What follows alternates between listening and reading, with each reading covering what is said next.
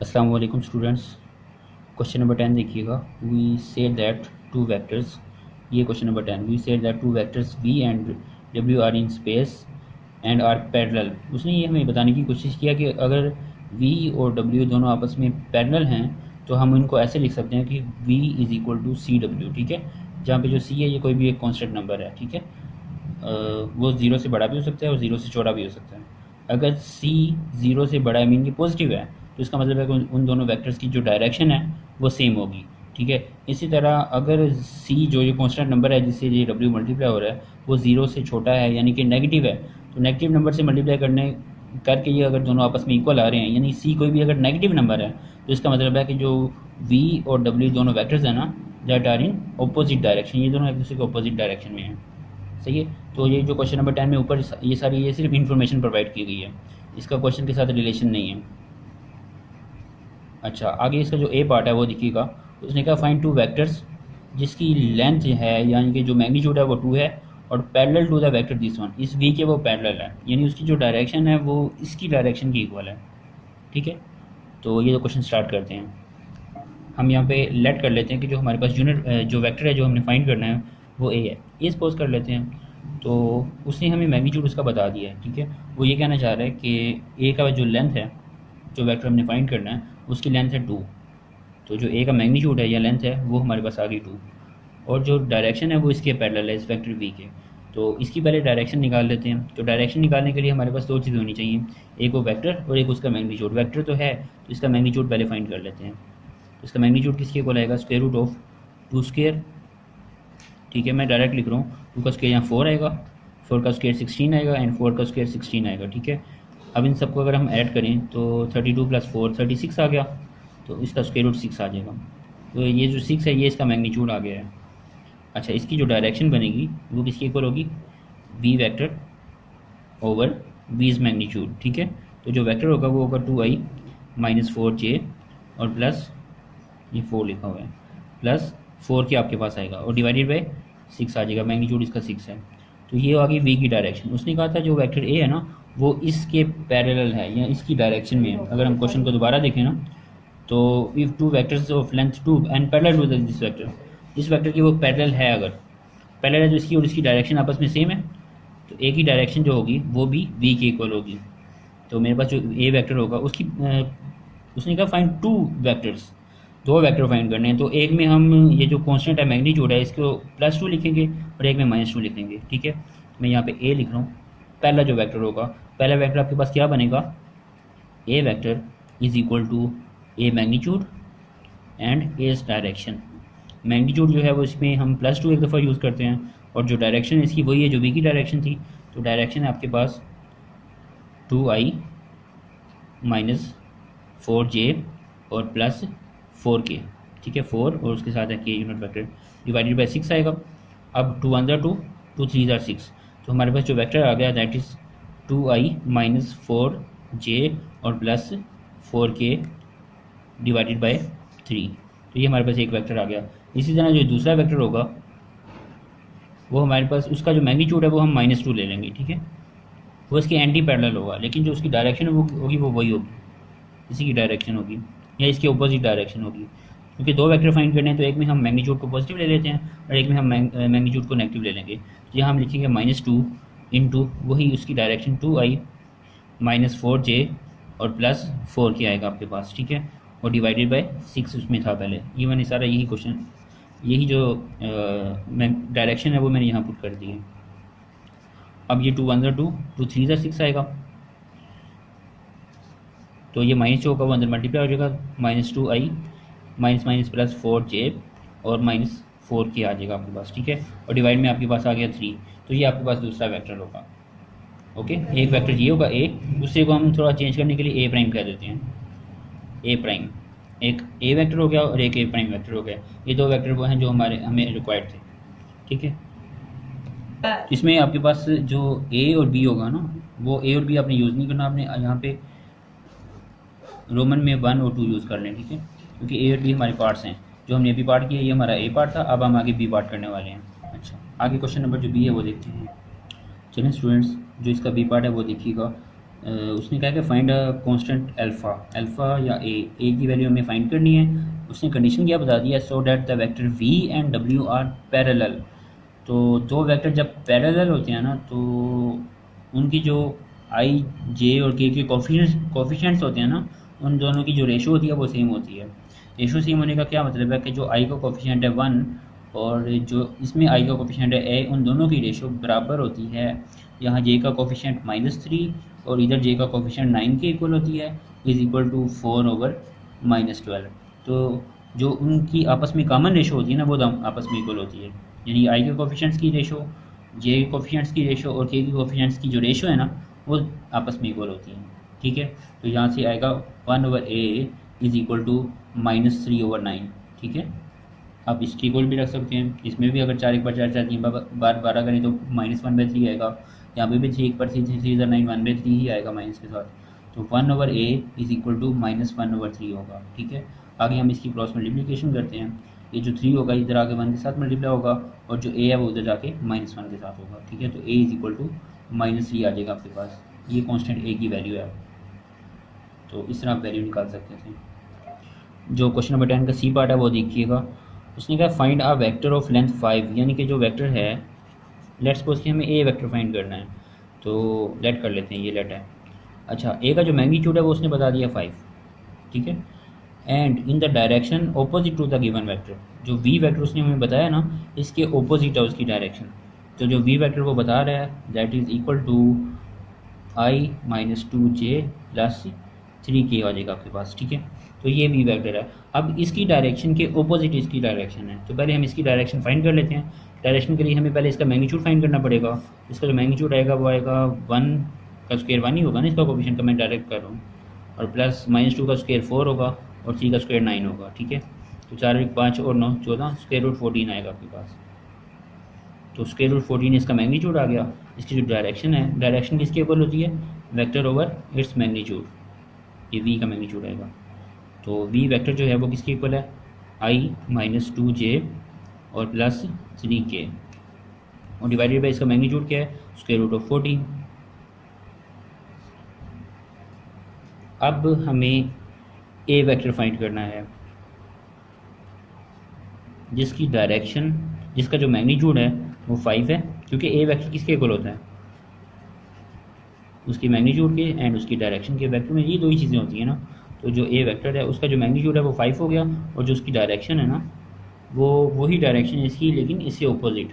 तो ऑपोजिट के लिए मैं साथ माइनस लगाऊंगा। ठीक है, माइनस और उसके साथ बाकी सारा कुछ वही, i - 2j और plus 3k divided by square root of 14। ठीक है, डायरेक्शन वही लगाइए, सिर्फ साथ क्या लगा दिया, माइनस। माइनस ये शो कर रहा है कि ये इसकी डायरेक्शन उसके ऑपोजिट है। तो माइनस को भी और 5 को भी अंदर मल्टीप्लाई करते हैं, तो ये आएगा -5i और माइनस प्लस हो जाएगा, 5 2 10 j और प्लस माइनस माइनस 5 3 15 k आ जाएगा और डिवाइडेड बाई स्क्वायर रूट 14। तो ये आपके पास वो रिक्वायर्ड वेक्टर ए आ गया। ठीक है, तो इस क्वेश्चन में उसने ए का मैग्नीट्यूड हमें बता दिया था। ए की जो डायरेक्शन है ना, वो इसी वेक्टर के ऑपोजिट है, तो इस वेक्टर की पहले डायरेक्शन निकाल ली और डायरेक्शन के साथ माइनस लगा के हमने इस मैग्नीट्यूड के साथ मल्टीप्लाई कर दिया और हमारे पास रिक्वायर्ड वेक्टर आ गया। ठीक है, अब इसका डी पार्ट देखते हैं। जो क्वेश्चन नंबर 10 का डी पार्ट है ना, उसमें कह रहा है कि find A and B so that the vector this one and this one are parallel. तो हमने पिछले क्वेश्चन में भी देखा था, इससे पिछले बी पार्ट के अंदर, कि जब दो वेक्टर्स आपस में पैरेलल होते हैं ना, तो जो उनके कोफिशिएंट्स होते हैं i j और k, उनकी जो रेशो होती है वो आपस में इक्वल होती है।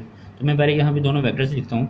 एक वेक्टर है हमारे पास 3i - j प्लस 4k और दूसरा वेक्टर आपके पास क्या है, ai प्लस bj और -2k। ये दो वेक्टर आपके पास हैं। ठीक है, उसने कहा ए और बी फाइंड करो। अगर ये पैरेलल हैं, तो पैरेलल हैं तो इनकी कॉमन रेशो सेम होगी, यानी कि इसमें जो i है, i की रेशो क्या होगी, 3/a, वो इक्वल होगी -1/b के इक्वल, और वो आगे फर्दर इक्वल होगी 4/-2 के इक्वल होगी।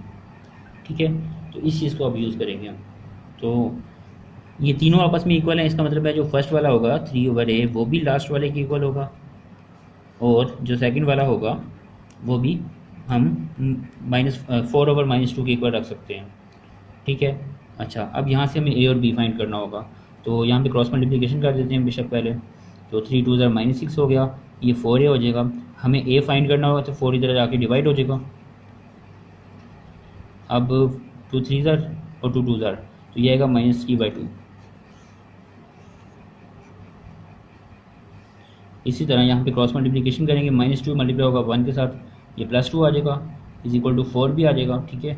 और हमें b फाइंड करना है, तो 4 इधर आके क्या होगा, डिवाइड हो जाएगा इससे, ठीक है। 2 1 ज़र 2 2 2 ज़र 4, तो ये आएगा +1/2 इज इक्वल टू b। तो b की वैल्यू आपके पास 1/2 आ गई और a की वैल्यू -3/2 आपके पास आ जाएगी, ठीक है। ये था क्वेश्चन नंबर 10 का डी पार्ट। तो क्वेश्चन नंबर 11 है ना, उसमें उसने कहा कि फाइंड द डायरेक्शन कोसाइंस। उसने कहा कि find the direction cosines of the given vector. तो जो वेक्टर है इसका जो फर्स्ट पार्ट है वो मैं कर रहा हूँ।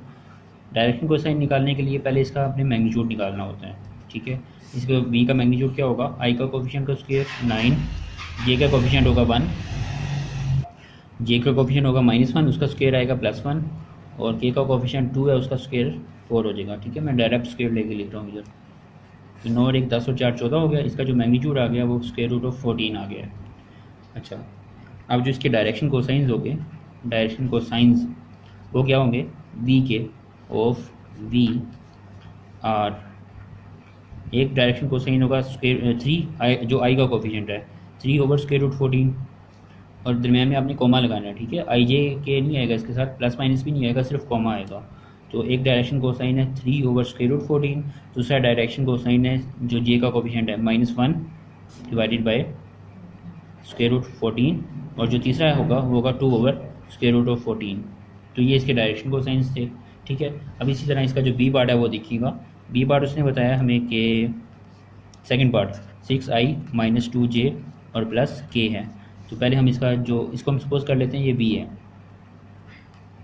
पहले हम इस b का मैग्नीट्यूड निकाल लेते हैं। आपके पास आएगा i का कोफिशिएंट 6, उसका स्क्वायर जो है वो 36 आएगा, प्लस j का कोफिशिएंट -2, उसका स्क्वायर +4 आएगा, एंड k का कोफिशिएंट 1 आएगा, ठीक है।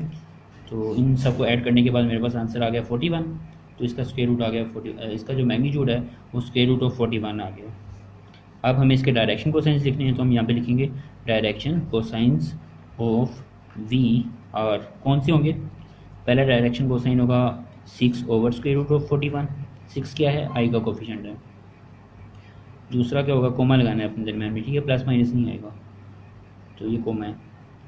उसके बाद आएगा -2/41, ठीक है। -2 मैंने ये वाला लिखा जो j का कोफिशिएंट है। इसी तरह जो k का कोफिशिएंट है 1, वो आएगा ऊपर, और नीचे 41 आएगा। तो ये 3 डायरेक्शन कोसाइंस हैं इस वेक्टर के, ये जो वेक्टर दिया हुआ है, ठीक है। ये ऊपर वाला क्वेश्चन सेपरेट है। तो ये इसके 2 पार्ट्स थे। अब जो है वो इसका हम तीसरा पार्ट देखते हैं। चलें स्टूडेंट्स, अभी हमने क्वेश्चन नंबर 11 का फर्स्ट एंड सेकंड पार्ट देखा। अब हम क्वेश्चन नंबर 11 का थर्ड पार्ट देखने वाले हैं, ठीक है। तो क्वेश्चन नंबर 11 वही है, find the direction cosines of the given vector. Direction cosine find कर रहे हैं, पी क्यू का फाइंड करना है, ठीक है। जो क्वेश्चन उसने बताया हमें कि पी क्यू, उसके बाद पी क्यू के बारे में थोड़ी सी इन्फॉर्मेशन उसने और दी है। उसने कहा जो पी पॉइंट है ना दैट इज़ 215, एंड जो क्यू है वो 131 है, अगर आपको नज़र आए तो, ठीक है। अच्छा, अब अगर P पॉइंट उसने दे दिया तो हम इसे OP, इसका जो पोजीशन वेक्टर है वो हम फाइंड कर सकते हैं। वो किसके इक्वल आएगा, 2i + 1j, ठीक है, 1 लिखते नहीं है, + 5k आपके पास आ जाएगा। इसी तरह जो OQ होगा ना that is equal to i + 3j और प्लस k आपके पास आ जाएगा। ये OQ आ गया। अगर हमें OP और OQ का पता है तो हम PQ फाइंड कर सकते हैं, ठीक है। आपको पुराना जो क्वेश्चन है वो याद आएंगे। तो OP और OQ दिया हो, PQ कैसे फाइंड करते थे। PQ फाइंड करने के लिए क्या करना होता है, OQ - OP करना होता है। OQ आपके पास क्या बन रहा है यहाँ पे, i + 3j और प्लस k आपके पास आ रहा है, ठीक है। इसी तरह जो OP होगा वो होगा 2i + j और प्लस 5k आ जाएगा आपके पास, ठीक है। तो इन दोनों को माइनस करना है, पहले बाहर माइनस है, अंदर साइन चेंज कर लें। i + 3j + k - 2i - j और -5k आ जाएगा आपके पास। तो इसको आगे फर्दर सोल्व करते हैं। i - 2i किसके इक्वल होगा, -1i के इक्वल होगा। इसी तरह 3j और -j + 2j आ जाएगा आपके पास, प्लस k और -5k -4 के आ जाएगा आपके पास, ठीक है। तो ये आपके पास जो पी क्यू वैक्टर है वो आ गया, जिसका हमें डायरेक्शन कोसाइंस निकालने हैं। अगर आपको डायरेक्शन कोसाइंस निकालने हैं तो उसके लिए क्या करना होता है, पहले पी क्यू का मैग्नीट्यूड फाइंड करना होता है। आई का कोफिशिएंट 1 है, 1 का स्क्वायर आएगा, उसके बाद जे का कोफिशिएंट का स्क्वायर आएगा, फिर के के कोफिशिएंट का स्क्वायर आएगा। तो -1 का स्क्वायर +1 होता है, 2 का स्क्वायर 4 होता है, और 4 का स्क्वायर जो होगा -4 का स्क्वायर 16 आएगा। तो 16 और 4 20 और 1 21 आ जाएगा स्क्वायर रूट ऑफ। तो जो पी क्यू का मैग्नीट्यूड है ये हमारे पास आ गया 21। अब इसके डायरेक्शन कोसाइंस, ठीक है, direction cosines of vector P Q R कौन से होंगे इसके डायरेक्शन कोसाइंस। इसके डायरेक्शन कोसाइन में आई का coefficient -1 over square root of 21, एक ये डायरेक्शन कोसाइन होगा यानी कोस ऑफ अल्फ़ा, और ये कोमा इधर आएगा। उसके बाद 2 ओवर स्क्वायर रूट ऑफ 21 यानी कोस ऑफ बीटा, जो डायरेक्शन कोसाइन है सेकंड वाला वो ये आएगा, और थर्ड डायरेक्शन कोसाइन होगा -4 ओवर स्क्वायर रूट ऑफ 21, ठीक है। -4 ये 4 जो के का कोफिशिएंट है। तो ये इसके डायरेक्शन कोसाइंस आ गए। तो ये हमारे पास था क्वेश्चन नंबर 10 का थर्ड पार्ट, क्वेश्चन नंबर 11 का थर्ड पार्ट। अब आगे हम क्वेश्चन नंबर 12 है इस एक्सरसाइज का लास्ट क्वेश्चन वो हम करने वाले हैं।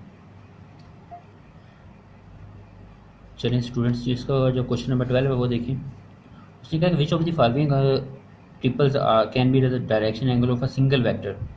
उसने ये भी 3 एंगल दिए हमें, कुछ ये 3 एंगल हैं, ये 3 पार्ट में 3 एंगल दिए हैं उसने, और कहा कि ज़रा चेक करो कि इनमें से कौन से जो 3 एंगल हैं वो सिंगल वेक्टर के एंगल हैं। तो जो उसमें पहला पार्ट है मैं पहले वो करूँगा, वो है 45 डिग्री, 45 डिग्री एंड 60 डिग्री। तो ये हमें उसने 3 एंगल प्रोवाइड कर दिए, यानी उसने हमें अल्फ़ा बीटा और गैमा की वैल्यू दे दी, ठीक है। ये अल्फ़ा है, ये बीटा है, ये गैमा फॉर एग्जांपल।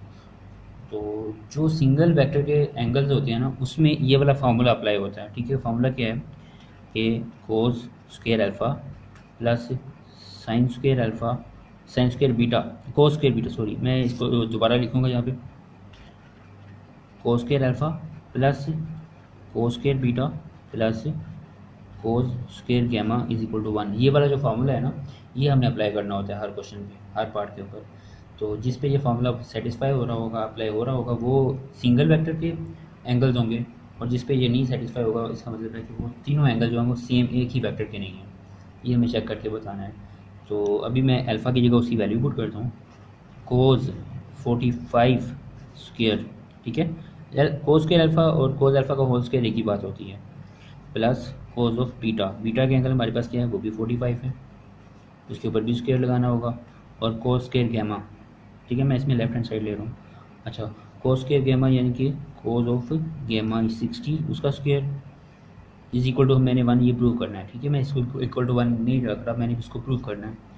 कोस 45 वो किसके इक्वल होता है 1 बाई स्क्वायर रूट ऑफ 2, ठीक है। इसी तरह जो कोस 45 है वो भी 1 बाई स्क्वायर रूट ऑफ 2 के इक्वल होता है। कोस 60 किसके इक्वल होता है, कोस 60 किसके इक्वल होता है 30 1/2, 1/2 के इक्वल होता है, ठीक है। मैंने इस तरह याद रखा हुआ है कि अगर आपके पास जो साइन 30 है वही कोस 60 होता है, साइन 30 हो या कोस 60 हो एक ही बात होती है। तो उसकी वैल्यू 1/2 है, इसकी भी 1/2 है। अच्छा, अब 1 बाई स्क्वायर रूट 2 का जो स्क्वायर है इसको अगर हम ओपन करें, 1 का स्क्वायर तो 1 ही आएगा, स्क्वायर रूट 2 का स्क्वायर और स्क्वायर रूट कैंसिल होकर 1/2 आ जाएगा, यहाँ पे भी 1/2 आएगा, और प्लस 1 का स्क्वायर 1 और 2 का स्क्वायर 4 हो जाएगा। इससे आगे हमें एलसीएम लेना होगा इनका, तो 4 ही एलसीएम आएगा ना। अच्छा, अब 2 ज़र 4 होता है वो 2 ऊपर मल्टीप्लाई होगा, इसी तरह 2 ज़र 4 होता है वो 2 मल्टीप्लाई होगा, 4 1 ज़र 4 होता है वो 1 इस 1 के साथ मल्टीप्लाई होगा।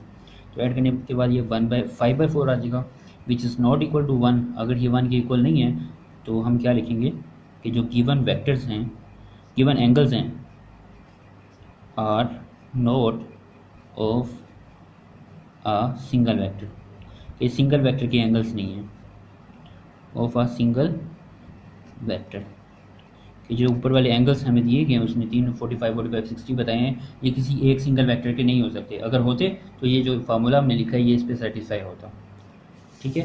तो अब हम क्वेश्चन नंबर 12 का जो बी पार्ट है वो करने वाले हैं आगे। अगर आपको समझ आ गई है तो वीडियो को पॉज करके कोशिश करें, खुद करें ये सॉल्व, उसके बाद चेक कर लें कि मैंने ठीक किया या नहीं किया। तो जो सेकंड पार्ट है उसने बताया है एंगल है 30 डिग्री, 45 डिग्री और 60 डिग्री, ये 3 एंगल उसने बता दिए हमें। अच्छा, अब इस पर फार्मूला अप्लाई करेंगे, cos square alpha plus cos square beta plus cos square gamma is equal to 1, should be equal to 1, 1 के इक्वल होना चाहिए इसको। तो वैल्यूज पुट करते हैं इसके अंदर, तो कोस अल्फ़ा की जगह पे 30 आएगा, उसका होल स्क्वायर होगा, प्लस कोस बीटा का स्क्वायर, बीटा आपके पास कितना है 45, कोस 45 होगा, और प्लस कोस ऑफ 60 उसका होल स्क्वायर। ठीक है, ये मैं लेफ्ट हैंड साइड इसकी ले रहा हूँ, जो ऊपर मैंने फार्मूला लिखा है। अब कोस 30 किसके इक्वल होता है, स्क्वायर रूट 3/2 होगा ना। ठीक है, कोस 30 स्क्वायर रूट 3/2 के इक्वल होता है। कोस 45 1/√2 के इक्वल होता है। आप इसको कैलकुलेटर से भी डायरेक्ट कर सकते हो, तो बेहतर है कि आपको ये वैल्यूज याद हों। ठीक है, फ्रैक्शन में लिखा हुआ ज़रा अच्छा लगता है, वरना पॉइंट में भी ले जाएं कोई इशू नहीं है।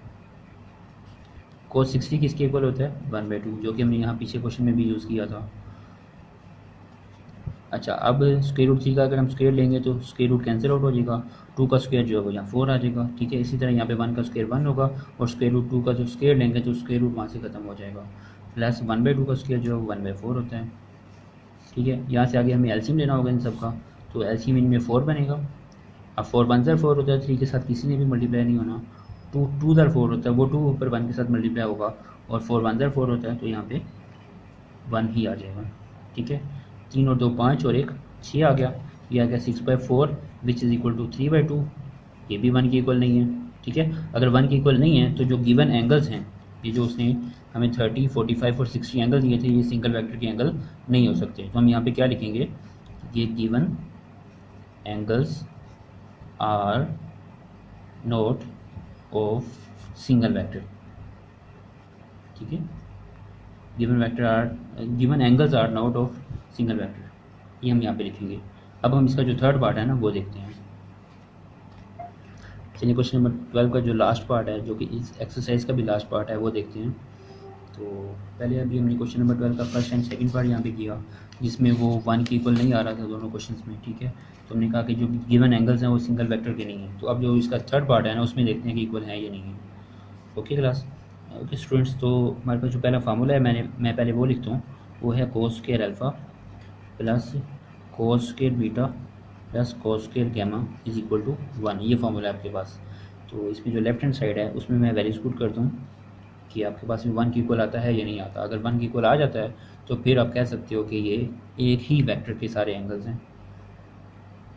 अच्छा, अब कोस 45 square plus cos 60 square plus cos 60 square, ये मैंने यहाँ पे लिख दिया। अच्छा क्लास, अगर समझ आ रही है इस फार्मूले को तो कोशिश करें कि वीडियो को रोके ये क्वेश्चन खुद सॉल्व करें। खुद सॉल्व करने के बाद में देखें कि यहाँ पे आप मैच कर लें कि ये मैंने ठीक किया या नहीं किया। कोस 45 है वो 1/√2 के इक्वल होता है, कोस 60 है वो 1/2 के इक्वल होता है, कोस 60 है वो 1/2 के इक्वल होता है। ठीक है, ऊपर स्क्वायर भी है, तो ये स्क्वायर और स्क्वायर रूट कैंसिल आउट होगा, तो ये 1/2 आ जाएगा, ये 1/4 होगा, और ये भी 1/4 आएगा स्क्वायर लेने के बाद। तो इन तीनों का अगर मैं एलसीएम लूँ तो आपके पास 4 बनता है। तो ये 2 2 4 होता है, 2 ऊपर आएगा, मैं एलसीएम ले रहा हूँ इधर, और इधर 1 आएगा और इधर भी 1 आएगा, क्योंकि डिवाइड में वही 4 है जो एलसीएम में है। तो 2 + 1 + 1 4 आएगा, तो ये आएगा 4/4 विच इज़ इक्वल टू 1। तो हमारा राइट हैंड साइड के इक्वल आ गया आंसर। इसका मतलब है कि ये फार्मूला सेटिस्फाई हो गया, और विच शोज़ दैट कि जो तीनों एंगल्स ऊपर दिए हुए हैं ये सारे क्या हैं, सिंगल वेक्टर के हैं। यहाँ पे क्या लिखेंगे, so given angles are of a single vector. ठीक है, तो ये जो तीनों वेक्टर्स हैं ये क्या हैं, सिंगल वेक्टर के एंगल्स हैं। तो यहाँ पे हमारी एक्सरसाइज जो 7.2 है वो एंड होती है। आगे हम इंशाल्लाह जो एक्सरसाइज 7.3 शुरू करेंगे। ओके स्टूडेंट्स, अगर किसी क्वेश्चन में कोई कन्फ्यूजन हो, किसी क्वेश्चन की समझ ना आई हो, या किसी स्टेप में कोई प्रॉब्लम हो, या मेरे से कोई लिखने में कोई मिस्टेक हुई हो, तो कमेंट में मुझे लाजमी बताया करें। और अगर कोई क्वेश्चन हो तो लाजमी पूछा करें। अगर वीडियो अच्छी लगे तो लाइक कर दें, लाजमी तो नहीं है, अगर अच्छी लगे तो कर दें, वरना सब्सक्राइब कर लें चैनल की। उससे ये होगा कि मेरी जो भी वीडियो मैं अपलोड करूँगा वो आपके पास पहुँच जाएगी। ठीक है, तो ओके, नेक्स्ट वीडियो तक के लिए अल्लाह हाफिज़।